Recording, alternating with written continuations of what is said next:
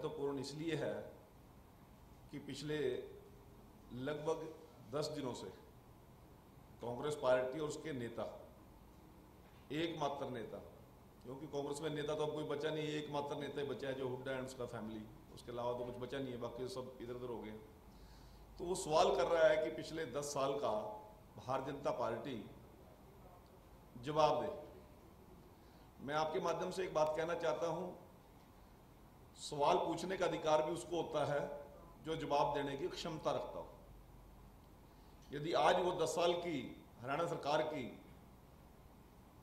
कामों पर सवाल, क्वेश्चन मार्क करके वो सवाल पूछ रहे हैं, तो हम आपके माध्यम से पूछना चाहते हैं कि भूपेंद्र हुड्डा जी, ये हरियाणा की जनता भी पूछना चाहती है, जब आप 10 साल हरियाणा प्रदेश के मुख्यमंत्री रहे, हरियाणा में आपने इस प्रकार का राज चलाया, जिन संविधान की प्रतियां लेके, कॉपी लेके वो जगह जगह घूम रहे हैं या घूम रहे थे, संविधान निर्माता डॉक्टर BR अम्बेडकर जी का कभी आत्मा से सम्मान किया, या उसको मानने वाले उसके अनुयायियों का कभी आपने अपने राज के अंदर, अपने समय के अंदर उनके जख्म पर मरहम लगाना?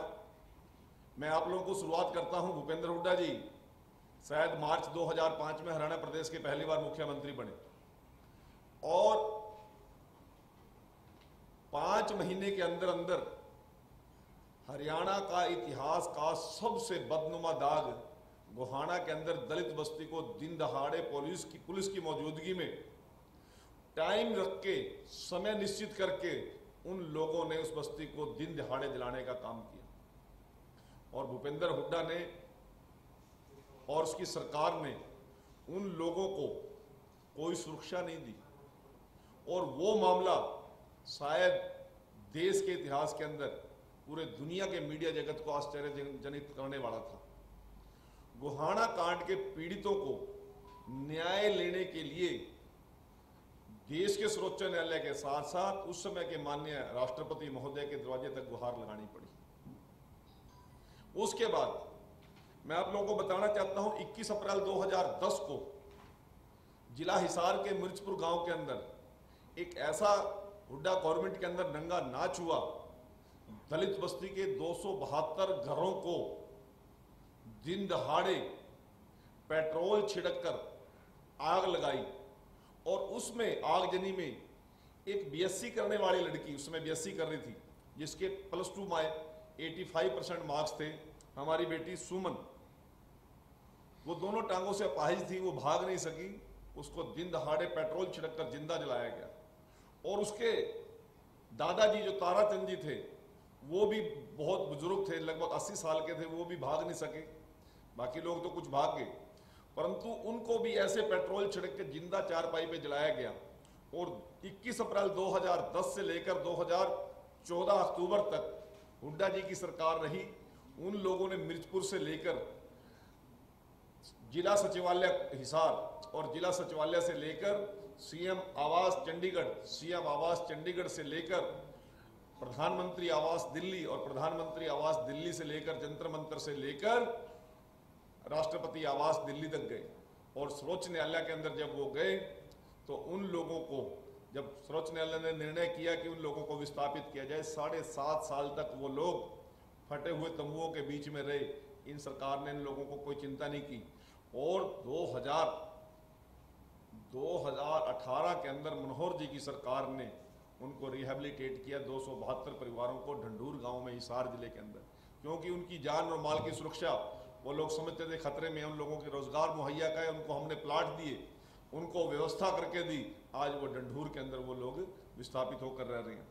मैं आप लोगों को बताना चाहता हूँ, दलितों का बहुत बड़ी हिमाती भरने का काम करते हैं लोग। हुड्डा गवर्नमेंट के अंदर 15,500 अतिथि अध्यापक भर्ती हुए, गेस्ट टीचर भर्ती हुए, और वो किस प्रकार से भर्ती किए गए आप लोगों से छुपी बात नहीं है। कोई उसकी पॉलिसी नहीं थी, कोई उनके फार्म नहीं लिए गए, कोई उनका एग्जाम नहीं लिया गया। 15,500 लोगों को गांव के सिस्टम से उनको भर्ती किया गया, और 15,500 के अंदर अनुसूचित जाति वर्ग का जो रिजर्वेशन बनता था 20% के हिसाब से लगभग 3,500-3,500 लोग, उनमें से उसका पूरी तरह वायलेशन किया तो भूपेंद्र हुड्डा की सरकार ने किया। मैं आप लोगों को पूछना चाहता हूँ, 6 नवंबर 2017 से पहले अनुसूचित जाति वर्ग के अंदर सबसे बड़ा वर्ग आता है सफाई कर्मचारियों का। सफाई कर्मचारियों की आर्थिक, सामाजिक, शैक्षणिक और उनकी स्वास्थ्य की हालत क्या है, उसकी जानकारी लेने के लिए कोई संगठन नहीं था, कोई सरकार का दायरा नहीं था।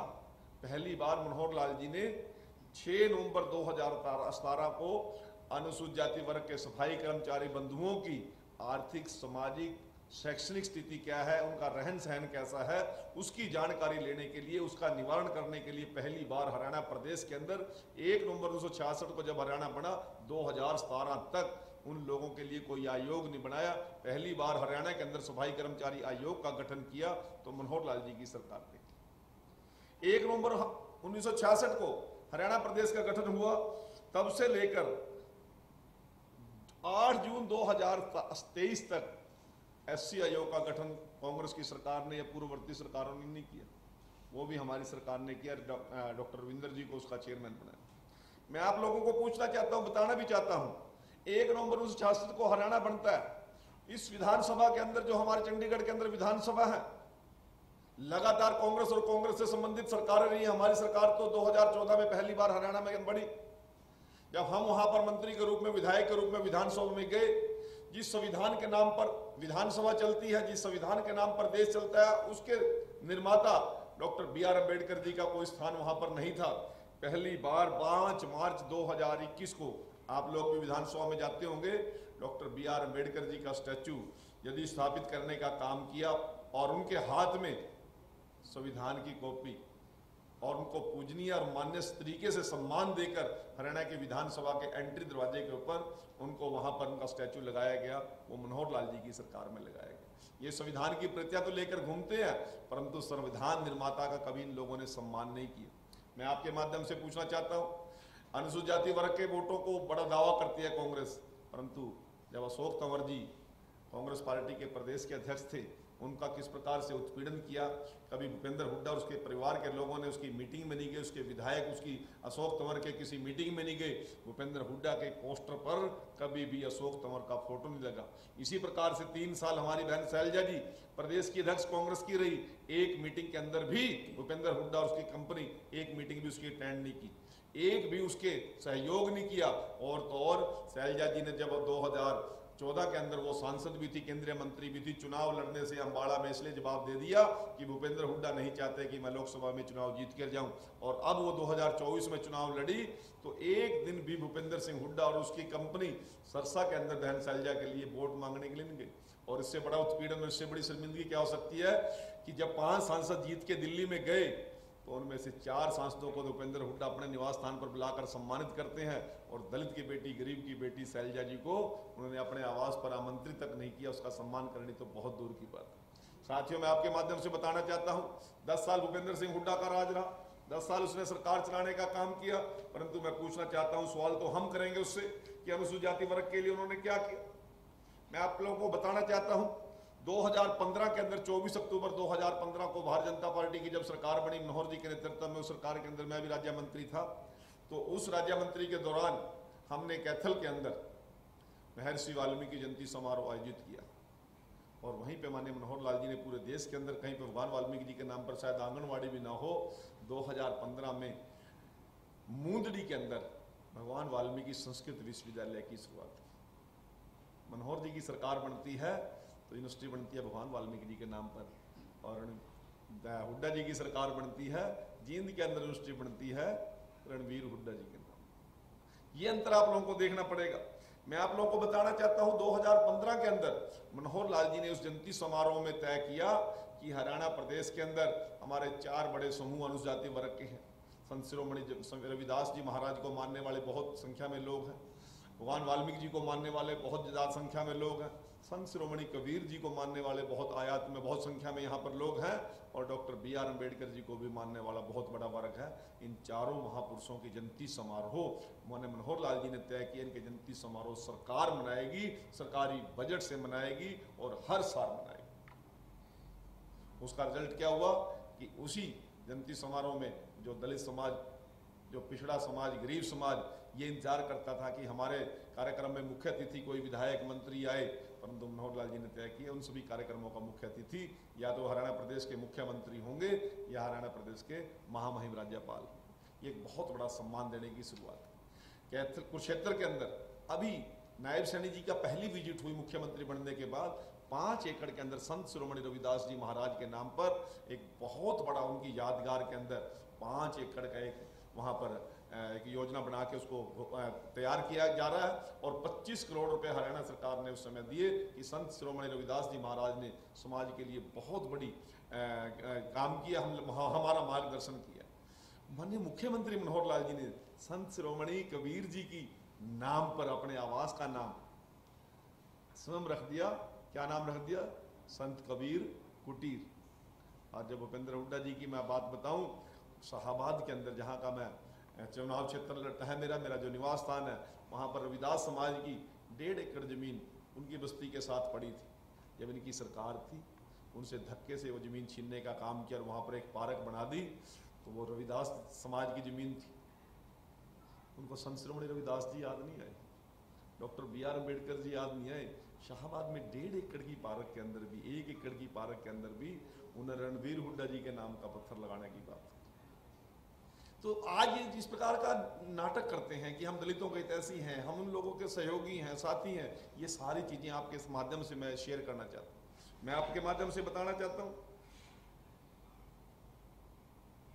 हुड्डा जी की गवर्नमेंट के अंदर कोई आदमी एक हाई कोर्ट के अंदर अपील लेके जाता है कि हरियाणा के अंदर अनुसूचित जाति वर्ग का जो प्रमोशन का कोटा है शायद ज़्यादा है, वो लोग जितना उनका हक बनता है उससे ज़्यादा उन लोगों ने प्रमोशन में राइट ले लिया।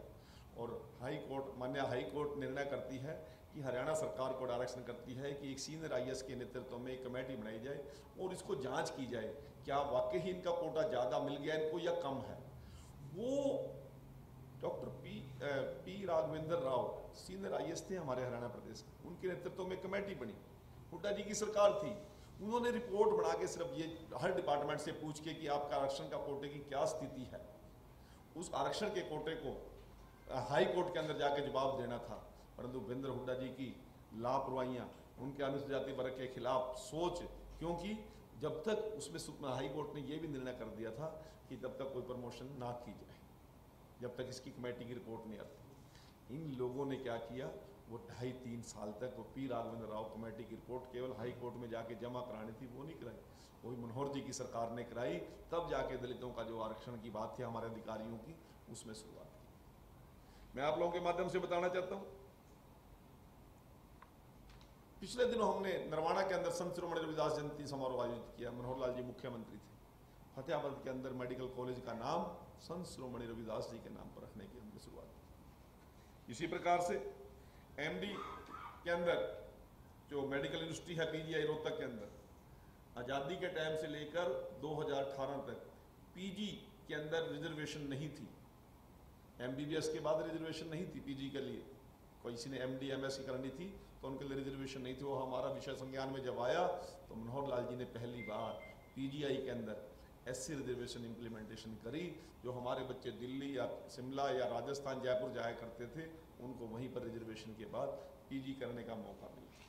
मैं आपके माध्यम से बताना चाहता हूँ, सफाई कर्मचारी भर्ती करके चले गए भूपेंद्र हुड्डा जी। ग्रामीण सफाई कर्मचारी बड़े दबंगी के साथ कहते हैं हमने सफाई कर्मचारी ग्राम पंचायतों में भर्ती की, परंतु आपके माध्यम से बताना चाहता हूँ वो सफाई कर्मचारी नहीं थे, वो सरपंचों की गुलाम भर्ती करके गए थे। उन लोगों को सफाई कर्मचारी का दर्जा तो दिया तो मनोहर लाल जी की सरकार ने। उस समय उनको 6500 रुपये उस टाइम में इनको मिलते थे, फिर वो 8100 रुपये किए। आज उनको नायब सरकार ने 16,000 रुपये महीना उनकी सैलरी, और ये भी तय कर दिया मनोहर लाल जी ने कि 5 तारीख के पहले उनके अकाउंट में तनख्वाह बैंक के माध्यम से जाएगी, नहीं तो 6-6 महीने सरपंच उनको वेतन नहीं देते थे। कच्चे कर्मचारियों की भी वर्दी जूते की व्यवस्था की तो मनोहर लाल जी की सरकार ने की। यदि ऑन ड्यूटी कोई कर्मचारी, सफाई कर्मचारी ऑन ड्यूटी यदि उसकी कोई मृत्यु हो जाती है, उसके लिए 5 लाख रुपए तक परिवार को सहायता की शुरुआत की तो हमारी सरकार ने। उन लोगों का संवैधानिक दर्जा देने की शुरुआत। इसी प्रकार से नगर पालिका कर्मचारियों के अंदर इस प्रकार से पालिका कर्मचारियों को ठेकेदारी प्रथा के अंदर उत्पीड़न किया जा रहा था, पहली बार उनकी 3-3 बार 4-4 बार तनख्वाह बढ़ाई तो मनोहर लाल जी की सरकार ने की, और सैंक्शन पोस्टों के अगेंस्ट उन लोगों को पे रोल पर लाकर उनको गारंटी दे दी कि 58 साल तक आपका रोजगार सुरक्षित रहेगा, और यदि इस दौरान किसी सफाई कर्मचारी की मृत्यु हो जाती है, एक्स ग्रेशिया का लाभ भी उसके परिवार को देंगे और उसके परिवार को 5 लाख रुपए की हम आर्थिक सहायता भी देंगे। सीवर में डूब के चले जाते थे, जहरीली गैस चढ़ के चले जाते थे, तो उनकी सुनने वाला था। पहली बार मनोहर लाल जी ने उनके बच्चों के लिए रोजगार की गारंटी भी दी और उनके जीवन के जाने के बाद 10 लाख रुपए की एक मुश्त आर्थिक सहायता देने की शुरुआत की, तो माने नायब सिंह सैनी और मनोहर लाल जी की सरकार ने। साथियों, मैं आप लोगों के माध्यम से बताना चाहता हूँ, क्लास 1 और क्लास 2 अधिकारियों को प्रमोशन में रिजर्वेशन देने वाली कोई सरकार है तो वो मनोहर जी की सरकार। ये बहुत बड़ा मुद्दा था हमारे कर्मचारी साथियों का। पिछली मनोहर सरकार के अंदर 3-3 विधायक अनुसूचित जाति वर्ग के, 14 में से 3-3 विधायक अनुसूचित जाति वर्ग के थे। कृष्ण कुमार जी कैबिनेट मंत्री थे, बनवारी लाल जी राज्य मंत्री थे, मैं भी राज्य मंत्री था। यदि ये किसी ने सम्मान देने का काम किया तो मनोहर जी की सरकार ने की। मैं आप लोगों को बताना चाहता हूं, अशोक तंवर जी वाला और शैलजा जी वाला तो आपने मुद्दा देख लिया। मैं आपके माध्यम से एक बात पूछना चाहता हूं, भूपेंद्र हुड्डा जी सवाल पे सवाल करते हैं परंतु जवाब नहीं देते। जब अपनी बात आती है कि मैंने तो प्लाट दे दिए, परंतु आज हम ढूंढने जाते हैं तो उन लोगों को कहीं एक किसी के पास कागज नहीं है, किसी के पास कब्जा नहीं है। वो काम भी आज नायब सिंह सैनी जी की सरकार ने सोनीपत से उसकी हमने शुरुआत करने का काम किया। मैं आपके माध्यम से बताना चाहता हूँ कि नायब सैनी जी और मनोहर लाल जी की सरकार अनुसूचित जाति के हित के अंदर किस प्रकार से लगातार हम काम कर रहे हैं, और उन लोगों के आर्थिक और सामाजिक स्थिति का शुरुआत करने की हम बात करते हैं। संत कबीर जी, संत रविदास जी, महर्षि वाल्मीकि और डॉक्टर अंबेडकर जी साहब के साथ जुड़े हुए जो ऐतिहासिक स्थान हैं, उनके मुख्य स्थानों की यात्रा के लिए हमारी सरकार ने योजना बनाई। मुख्यमंत्री तीर्थ दर्शन योजना की शुरुआत मनोहर लाल जी की सरकार ने। अनुसूचित जाति के उद्यमियों को स्टैंड अप इंडिया की योजना के तहत दी जाने वाली राशि को बढ़ाकर 100 करोड़ रुपए कर दिया। 1328 अनुसूचित जाति अनुसूचित जनजाति के लोगों को 243.76 करोड़ रुपए का ऋण हमने मंजूर हमारी सरकार के दौरान किया, ताकि वो आर्थिक तौर पर वो लोग मजबूत हो सके। हरियाणा जाति वित्त और विकास निगम का कोष 50 करोड़ रुपए से बढ़ाकर हमने 100 करोड़ करने का काम किया। इसी प्रकार से अनुसूचित जाति वित्त विकास निगम द्वारा दिए गए पुराने ऋणों के ब्याज व पीनल ब्याज को हमने माफ करने की हमारी सरकार ने शुरुआत की। अनुसूचित जाति वर्ग के युवाओं को अपना व्यवसाय शुरू करने के लिए बिना गारंटी हमने 3 लाख, छोटे छोटे लोन के लिए भी गारंटी देनी होती थी, गरीब आदमी गारंटी देने के लिए कोई आता नहीं था। उसमें शर्त थी कि सरकारी कर्मचारी उस बेरोजगार नौजवान की गारंटी देगा। कौन सरकारी कर्मचारी देगा? हमने 3 लाख रुपए तक का कोई नौजवान रोजगार लेता है तो बिना गारंटी के हम उसको लोन देते हैं। इसी प्रकार से विवाह शगुन योजना, जो 1,80,000 जिनकी आर्थिक स्थिति है, जिनकी वार्षिक आर्थिक आय है, उन लोगों के बच्चियों को 71,000 रुपये मुख्यमंत्री विवाह शगुन योजना के अंदर हमने देने की शुरुआत की। अभी मुख्यमंत्री जी ने डॉक्टर BR अम्बेडकर मकान नवीनीकरण योजना के तहत 1,000 करोड़ रुपए लोगों के अकाउंट में भी पिछले महीने डालने का काम किया। जिन लोगों के सिर पे छत नहीं, उनको छत देने का काम किया। मैं आपके माध्यम से अंतिम बात कह के एक बात मैं अपनी बात को ख़त्म करूँगा। भूपेंद्र हुड्डा जी बार बार बोलते हैं, उनको जवाब देना चाहिए। जब वो हरियाणा के मुख्यमंत्री थे, NCRB की रिपोर्ट में आप लोगों के सम्मुख रखना चाहता हूँ। हरियाणा राज्य में एक दलित के खिलाफ एक घटना हुई थी। उस घटना को ध्यान में रखते हुए नेशनल क्राइम रिपोर्ट ब्यूरो की एक रिपोर्ट आई थी, जो पिछले 15 साल के दलितों पर जो अत्याचार हुए उनके बारे में उन्होंने अपनी बात रखी थी। उस रिपोर्ट के मुताबिक हरियाणा प्रदेश में पिछले 15 साल दलितों के खिलाफ लगातार आपराधिक मामलों बढ़े हैं। नेशनल क्राइम रिपोर्ट ब्यूरो ने 2009 से लेकर 2014 तक के मामलों में ये कह के अपनी रिपोर्ट दी थी कि हरियाणा के सोनपेड़ में कुछ दलित पहले ही दबंगों ने दलित कारागार में आग लगा दी थी, जिसमें 2 बच्चों की मौत हो गई थी। यह घटना हर किसी को चौंकाने वाली थी। इसी प्रकार से 2013 में 676 लोगों की हत्या की गई, 2012 में 651 लोगों की हत्या की गई, 2011 में 673 लोगों की हत्या हुई, 2010 में 570 और 2009 में करीब 624 दलितों की हत्या की गई। ये भूपेंद्र हुड्डा जी की सरकार की आप लोगों को मैं बताना चाहता हूँ। ब्यूरो के आंकड़े बताते हैं कि दलित महिलाओं के उत्पीड़न के आंकड़े सबसे ज्यादा यदि रेप और किडनैपिंग हुई उस समय वो भूपेंद्र हुड्डा की सरकार के अंदर, और इनमें किस प्रकार से उन लोगों को किडनैप करने के बाद एफआईआर तक लॉन्च करने का उस समय प्रावधान नहीं था, क्योंकि ये 0 एफआईआर की शुरुआत भी हमारी सरकार ने की, ताकि ज़्यादा से ज़्यादा यदि किसी पर अत्याचार हो, किसी पर यदि कोई क्राइम हो तो कम से कम उनकी रिपोर्ट लिखने का तो काम हो। उन लोगों को तो रिपोर्ट लिखवाने के लिए भी जाम, धरने, प्रदर्शन करने पड़ते थे, विपक्ष को सड़कों पर उतरना पड़ता था। मैं आप लोगों के माध्यम से ये भी बताना चाहता हूँ कि भूपेंद्र सिंह हुड्डा ने 10 साल के अंदर जितने जुल्म जातियाँ की, इसका उदाहरण आपके बीच में ही मैं बताना चाहता हूँ। उस समय SC आयोग के मेंबर थे, कांग्रेस के कार्यकर्ता थे, चौधरी ईश्वर सिंह जी इस समय हरियाणा की विधानसभा में विधायक हैं। उनकी पानीपत में एक प्रेस कॉन्फ्रेंस हुई थी, उस प्रेस कॉन्फ्रेंस में SC आयोग का मेंबर होने के नाते उन्होंने कहा था सबसे ज़्यादा टर्मिनेशन और सबसे ज़्यादा सस्पेंशन शेड्यूल कास्ट अधिकारी और कर्मचारियों का हुआ है तो भूपेंद्र सिंह हुड्डा की सरकार के अंदर हुआ है। राजकुमार जी वेरका उस समय SC आयोग के चेयरमैन थे, उनके लगातार हरियाणा के अंदर विजिट करनी पड़ती थी, क्योंकि सबसे ज़्यादा शोषण उस समय शेड्यूल कास्ट के ऊपर हुड्डा जी की सरकार के अंदर हुआ है। यदि हुड्डा जी सवाल पूछना जानते हैं, मैं आपके माध्यम से कहना चाहता हूं, पहले इन बातों का जनता के बीच में आकर जवाब दे, पत्रकार बंधुओं के बीच में आकर जवाब दे, चौक चौराहे पर खड़ा होकर जवाब दे, फिर हमसे सवाल करे, फिर हम उनके सवालों का जवाब हमारे माननीय मुख्यमंत्री, हमारे माननीय प्रदेश अध्यक्ष, हमारा राष्ट्रीय नेतृत्व, हमारा प्रदेश के मंत्रिमंडल के सभी साथी देने के लिए तैयार हैं। यदि उनके अंदर इन सवालों का जवाब देने का दम नहीं है तो फिर उनको सवाल पूछने का भी अधिकार नहीं। कोई भी साथी अगर सवाल पूछना चाहे तो सवाल पूछ सकता है।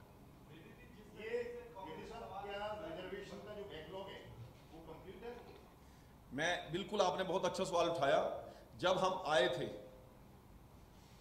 2004 से पहले का रिजर्वेशन का बैकलॉग पेंडिंग था, तो मुख्यमंत्री जी ने एक बहुत बड़ी योजना के तहत मनोहर लाल जी ने लगातार प्रयास किए और बहुत भारी संख्या में हमारे बैकलॉग की पोस्टों को उन्होंने टेबल पर लेकर आए, लोगों को भर्ती करने का स्पेशल एक अभियान चलाया।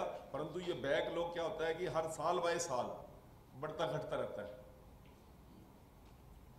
अब स्थिति ये है कि 2004 से पहले किसी ने छेड़ा जिस बैकलॉग को, हमारी सरकार ने उसकी शुरुआत की और हरियाणा में शेड्यूल कास्ट लोगों को उनकी बैकलॉग का लाभ देने का हमने शुरुआत की थी। नेक्स्ट, मैं अभी लेटेस्ट मेरे पास मैं आंकड़ा लेके नहीं आया, परंतु शुरुआत 2004 के बाद की तो हमारी सरकार ने की। उससे पहले तो किसी ने छेड़ा, 96 के बाद 2004 तक तो किसी ने 14 तक तो छेड़ा ही नहीं था, किसी ने उस पर टच ही नहीं किया, उसकी तरफ ध्यान ही नहीं दिया। वो शुरुआत हमने की सोनीपत के अंदर। मुख्यमंत्री जी ने जब पहली टर्म की मनोहर जी की सरकार मनोहर सरकार 1 थी, उसके अंदर हमने सोनीपत में उसकी शुरुआत की थी। अनिल जी,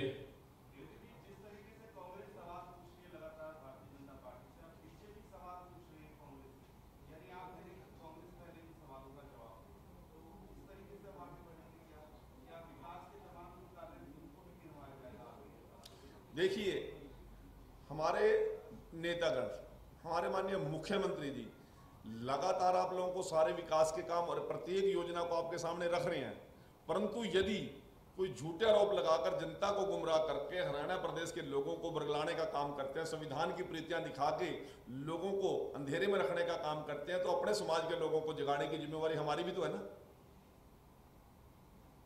क्या उन लोगों पर ये जुल्म जाते हैं इन लोगों ने नहीं की? क्या उन लोगों के जख्मों पर कभी मरहम लगाने की कोशिश की?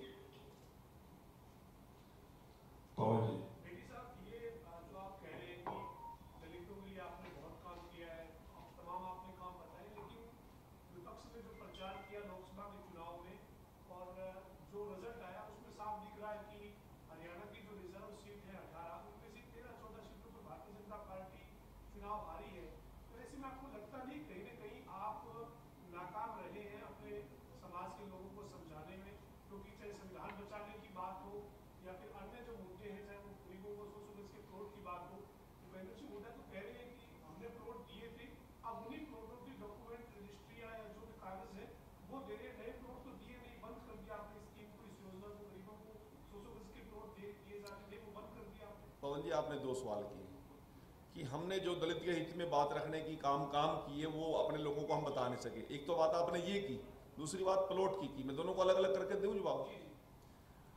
हमने जितने काम किए, हम अपने लोगों के बीच में गए, परंतु पूरे देश लेवल पर उन लोगों ने एक संविधान का डर दिखाया पूरे देश में। अब 4 महापुरुषों की जयंती समारोह केवल हरियाणा में मन रही है, हम मैं नहीं कहता कि और प्रांतों में नहीं, और प्रांतों में मन रही है, उनमें और स्कीमें चल रही होंगी, मैं हरियाणा की बात बता रहा हूं। हमने प्रयास किया अपने लोगों की जो पिछले 60 साल के 65 साल के जो कमियां थी। Doctor B are Ambedkar ji का स्टैचू आपके सामने, आप तो देखते होंगे, आपने कवर भी किया होगा, उस दिन नहीं था, जब हमारे ध्यान में आया तो हमने रखा। 4 महापुरुषों की जयंती समारोह भगवान वाल्मीकि जी के नाम पे यूनिवर्सिटी, यहाँ तो बाप दादों के नाम पे यूनिवर्सिटियों के नाम रखने की संतों महापुरुषों का तो कोई रिवाज ही नहीं था नहीं हरियाणा प्रदेश के अंदर।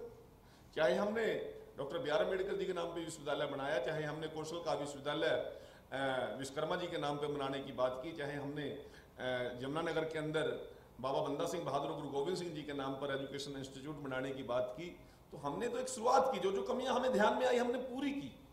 वो वर्ग जो अपने आप को उत्पीड़ित और उपेक्षित समझता था, उनको मुख्य धारा में हमारी सरकार आने के बाद हमने लाने का प्रयास किया।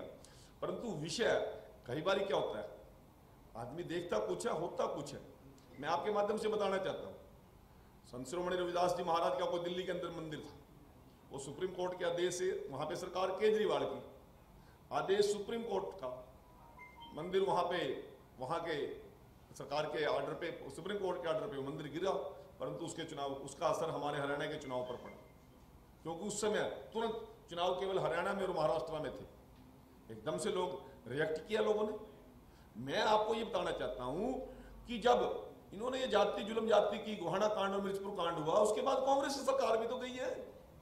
हम आपको बताना चाहते हैं कि हम उनको रिहेबिलिटेट भी किया, उनको हर चीज की उनकी सुविधाएं देने की हमने शुरुआत की, परंतु कहीं ना कहीं वो मुद्दा संविधान का डर, आरक्षण टूट जाएगा, इस प्रकार का एक नैरेटिव फैलाकर कांग्रेस ने मेरे समाज को, हमारे लोगों को, हमारे परिवार के साथियों भाइयों को यदि कोई दिशा उनको भटकाने का काम किया, तो आज उनको ये सच्चाई कांग्रेस की हमें भी तो बताकर उन लोगों को सीधे रास्ते पर लाके जाने की जरूरत है।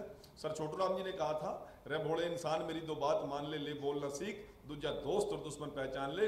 कांग्रेस ने हमेशा doctor B are Ambedkar ji का अपमान किया, अनुसूचित जाति वर्ग के ऊपर जुल्म जातियां की, हमारे लीडरों को अपमानित करने का काम किया। आज हम अपने समाज को क्यों ना बताएं? हाँ, वो प्लाट वाली बात आती है। हमने कोई स्कीम, एक भी स्कीम ऐसी नहीं जो बंद की, परंतु भूपेंद्र हुड्डा ने चोरों का माल, लाठियों का गज 3 फुट का होता है, परंतु जब चोरी का माल होता फिर कोई ये लाठी होगी, गज हो गया, तो क्योंकि लूट का माल था। उन्होंने उन लोगों को वोट लेने के लिए बहका दिया, ये प्लाट तेरा, लैंड मार दी, ये प्लाट तेरा, ये प्लाट तेरा, वहां पे झगड़े बढ़ा दिए। डॉक्यूमेंट्री प्रूफ, उन लोगों का प्रूफ तो हो। आज आपके पास किराए पे भी रखते हो, तब भी आप किराएनामा लिखवाते हो। यदि आप प्लाट मोल लेते हो, उसकी रजिस्ट्रेशन कराते हो। यदि आप किसी भी स्थिति में, हर चीज का प्रूफ तो हो। उनको प्लाट तो बता दिया, ये तालाब के अंदर, ये गली के अंदर, ये फला के अंदर है, उसको कब्जा नहीं दिया, उनकी ओनरशिप नहीं थी उनके पास, वो लोग सिर्फ फुटोवल थे। आज कम से कम न्याय सरकार ने उनको रिकॉर्ड दे दिया, भी आपका ये प्लाट है, इसका आपको मालिकाना हक हम दे रहे हैं। भूपेंद्र हुड्डा ने क्या दिया मालिकाना? क्या दिया? आपके खेत के अंदर उंगली रख दी, यहां से उठा लेना। अब जिस दिन आप, मेरे जैसा आदमी गया वहां, आप जैसे के साथ हाथापाई हुई, वहां पे झगड़े हुए, फसाद हुए। हमने उस चीज को स्ट्रीमलाइन करने का काम किया, उनको लोगों को डॉक्यूमेंट्री प्रूफ, उनको ओनरशिप देने का काम। बहुत बहुत धन्यवाद। आपका डीपी कोई सवाल है?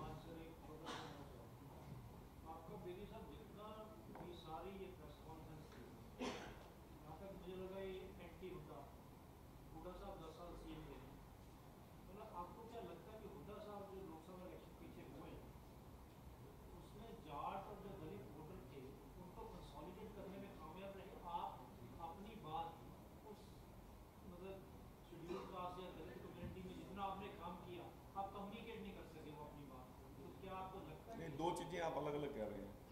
आप एक बात तो कह रहे हैं कि जाट और एससी वोट कंसोलिडेट हो गया, एक विषय तो ये है। दूसरा विषय ये कह रहे हैं कि आप अपनी बात उनके बीच में रख नहीं सके। मैंने पवन जी के माध्यम से आपको जवाब दिया है, कई बारी झूठ भी तो चलती है। उन लोगों ने पूरे देश के अंदर एक नैरेटिव सेट कर दिया कि ये संविधान बदल देंगे, आरक्षण को खत्म कर देंगे। वो उसके आगे ये सुविधाएं लोगों को शायद कम लगी, कहीं ना कहीं भ्रांति पैदा होगी। एक विषय तो ये हो गया, समझाने को उनको पता था ये सुविधाएं केवल बीजेपी की सरकार ही दे सकती है, मनोहर लाल जी की सरकार और नायब सैनी जी की सरकार दे सकती है, ये तो क्लियर कर दिया विषय। कई बार कुछ चीजें बड़े इशू खड़े हो जाते हैं, परंतु जो दूसरी बात कह रहे हैं कि शेड्यूल कास्ट और जाट वोट कंसोलिडेट हो गया, मैं आप उनको जाति वर्ग में मतदाता को बांट सकते हो, आपका अधिकार है, परंतु मैं मतदाता को हरियाणा प्रदेश के या देश के मतदाता हमारे लिए भगवान है, मैं जाति वर्ग में नहीं बांट सकता। केवल जाट ने वोट कांग्रेस को ही दिया होगा, हमें नहीं दिया, ऐसा नहीं, कोई किसी के पास प्रमाण नहीं है। केवल एससी ने केवल कांग्रेस को वोट दिया होगा, हमें नहीं दिया होगा, ऐसा भी कोई प्रमाण नहीं है। कोई ऐसा कोई प्रमाण नहीं है कि और वर्गों ने केवल और ही हमें जो जिताया और ही वर्गों ने जिताया, नहीं, ये सर्व समाज की बात है, परंतु सर्व समाज के बीच में हम अपना विषय रखने की जरूरत है।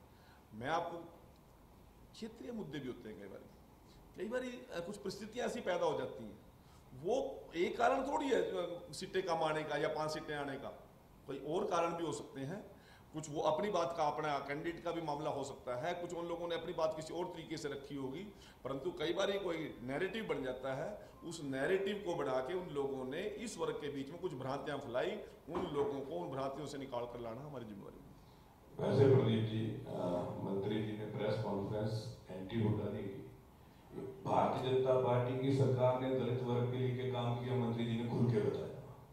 हमने जो काम किए हमने वो बताया, और हुड्डा साहब के टाइम में जो उत्पीड़न हुआ वो बताया, तो ये तुलना तो करनी पड़ेगी। और दूसरा, एक अमेरिकी दार्शनिक ने कहा है कि जब तक सच अपने जूते के फीते बांधता है, झूठ आधी दुनिया का चक्कर लगा चुका होता है।